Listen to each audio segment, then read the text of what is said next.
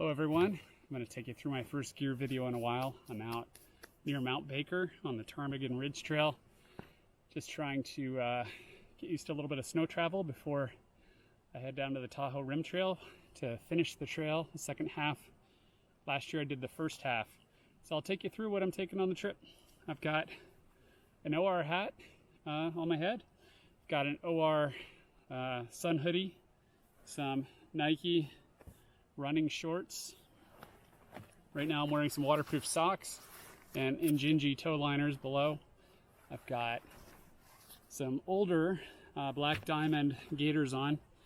They're heavier and I normally don't hike with them, but for this particular trip I decided that that was probably the best choice in case I get into a lot of post holing. There's still snow down on the Tahoe Rim Trail in certain areas, and certain areas I may just simply avoid.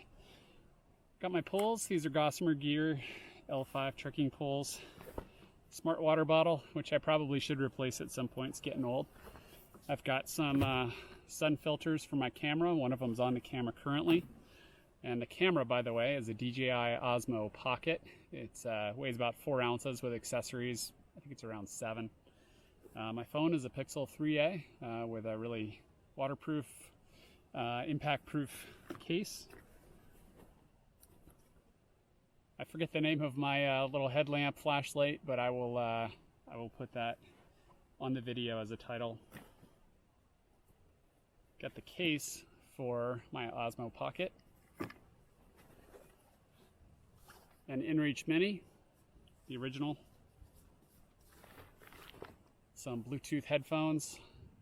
I don't remember the exact brand, but they're nice and lightweight and they work well, and they have a long battery life, plus they're waterproof. And that pretty much takes care of that side of the pack. Coming over to this side of the pack, 2-liter water carrier and a regular Sawyer filter. Oh man. And we're back after a camera collapse.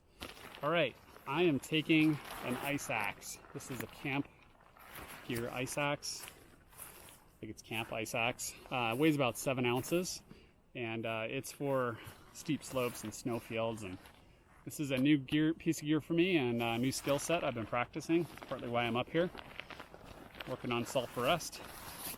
Nemo switchback. This has an R value of 2, and I've cut it down. I took a couple of panels off of this. So I usually just sleep with my pack under my feet, and that is the offset. I also bring some Enlightened Equipment booties I'll show you in a minute, which I really like as a piece of gear. Okay, this is a Palante V2. Should have mentioned the pack straight up. And I've used this pack a ton, really like it. I ripped the hip belt off. So I believe empty now it's about 12 or 13 ounces. So just trimming it down has been really good. Bottom pocket's great for storing food. I'm sure you've probably seen that in other folks' videos, or if not, it's worth checking out. In the back pocket here, this is a Ziploc for storing my camera since it's not waterproof if it starts to rain. Gloves with liners. Enlightened Equipment, this rain gear. This was the only color they had. I kind of call it my salmon suit. When I put it on, it's pretty bright, but that's my jacket, which functionality wise I absolutely love. I have not had it rain through yet, and the pants as well.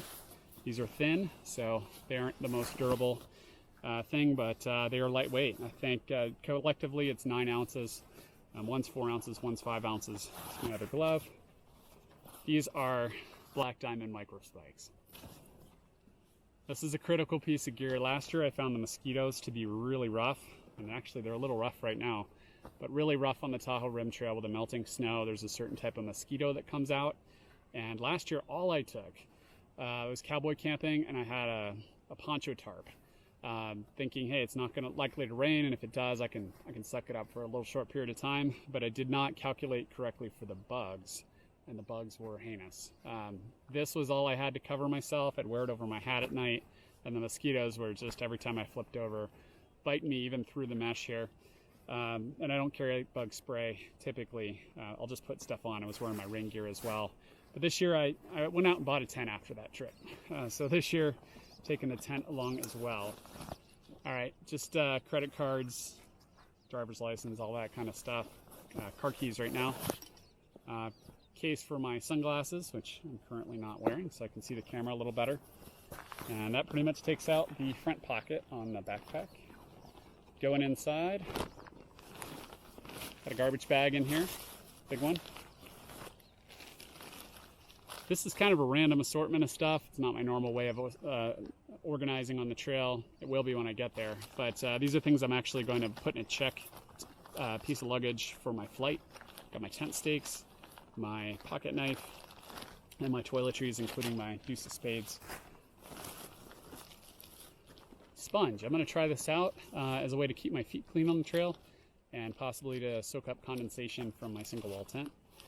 This is a whole assortment of things related to kind of health and wellness, first aid kit, sunscreen, fire starter, lighter, antibiotic cream, some ibuprofen, etc.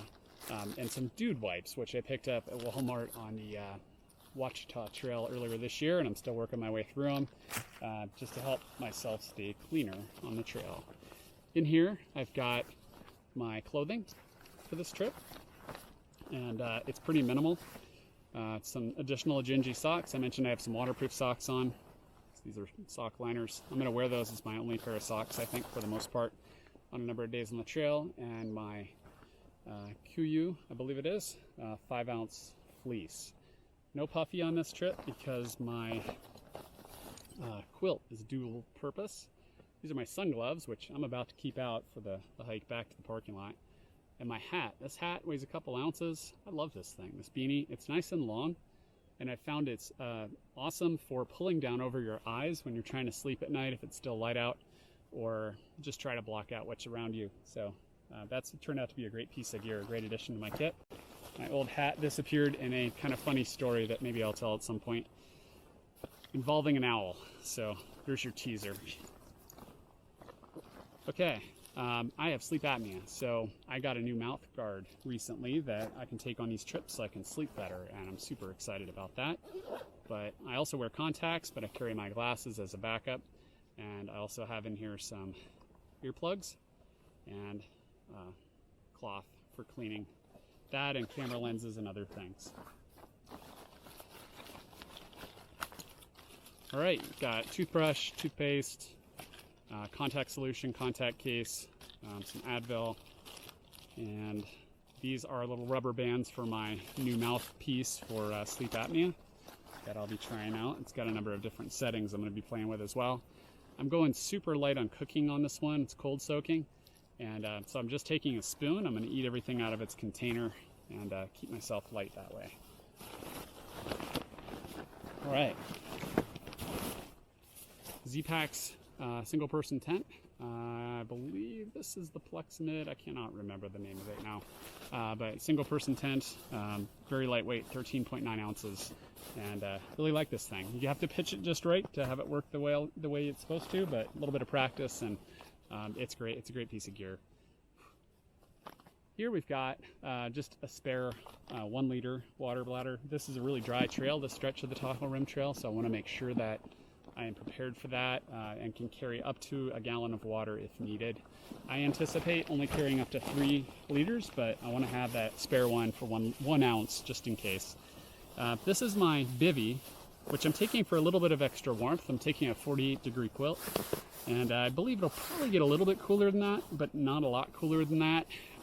They say a Bivvy can give you an extra 5 or so degrees of warmth, so I'm going to take this and sleep in it if it looks like it's going to be cold.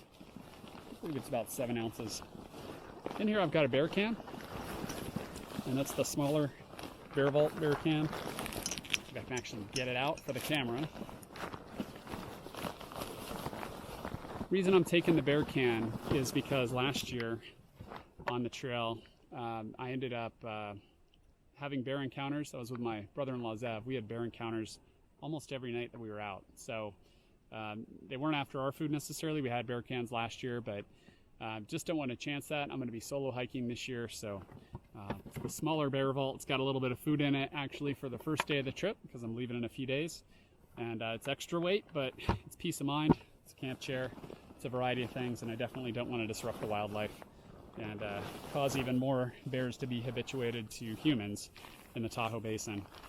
This here is my X-Bed inflatable pillow. Definitely a luxury item, but I find it helps for a good night's or a better night's sleep. And this is a Mountain Laurel Designs 48-degree quilt. I really like this quilt. I take it out whenever I can. It's not an all-year quilt, but in the summer it's fantastic. One of the things I like about it that I had built into it are these buttons. These buttons can unbutton, and you can put your head through it, undo it a certain way, because the end opens completely, and you can wear it as a puffy in camp if you want. On the trail, theoretically, I've never done that. And so it's multi-purpose, which makes your gear even lighter. That's why I'm not taking a puffy this year on this trail. Last year I took a 30-degree quilt, and I was every night going, I don't know why I brought all this warmth. I don't really need it. So that is an adjustment for this year as well. And then a couple more pieces or a few more pieces of gear. I decided for those potentially colder nights to bring this Mountain Laurel Designs hood that I have, that I've used with this quilt. Works really well, keeps my head warmer. And then I have these enlightened equipment booties that are great. My feet tend to get cold at night, and I carry these most of the time. Electronics bag. Got some cables in here for my cell phone, for my Garmin watch, which is this guy, for charging various other things. A few cables that just do a variety of things. And I've got a 10,000 milliamp power bank as well. I think that's all I'm going to need on this one. This is about 5 full days of hiking, but I can get at least one recharge, if not several, along the way. And yeah, it's typically enough for a 10,000 for me. 20,000 if I'm going to shoot a lot of time lapse and stuff, but 10 works pretty well. So that's my electronics bag. And then of course my shades. These are Smith sunglasses from REI, and they've got side protection for snow. I'm about to put these back on just to make sure you avoid sun blindness. Of course, again, that's Mount Baker in the background. I hope you enjoyed this video. I can't think of anything else I'm taking on this trip. There may be a few final minor adjustments because I've got a few more days to go, and that's always what happens when I start looking at the forecast and everything. So if I do find I make some adjustments, I will post those at the end of this video. And I hope this is helpful to anybody out there. Since this is my second hike of the Tahoe Rim Trail, I certainly learned some things last year. It's one of those trails, though, that every year is different depending on conditions and when you go. So definitely do your research, check things. There's a lot of great research information out there on the Tahoe Rim Trail Association page, and webcams and other things. I've been watching the snow melt down there for weeks now, trying to make sure that this is the right time to do this hike, and it's looking good. I think the only area where I may struggle to get over is Relay Peak, and I'm probably just going to entirely cut that off the hike, but otherwise really excited for the lake views and the rest of the it's going to be about the second half. 82 miles of trail miles. That would include Relay Peak. It's probably going to be shorter than that. I bet it's about 72 of trail miles. And then I have a 6-mile approach as well, which I'm not super excited about. I pretty much said I would never hike that section last year when we hiked out on that road. But I'm going to do it again and jam some tunes, and I'll show you it all very soon. Thanks for watching.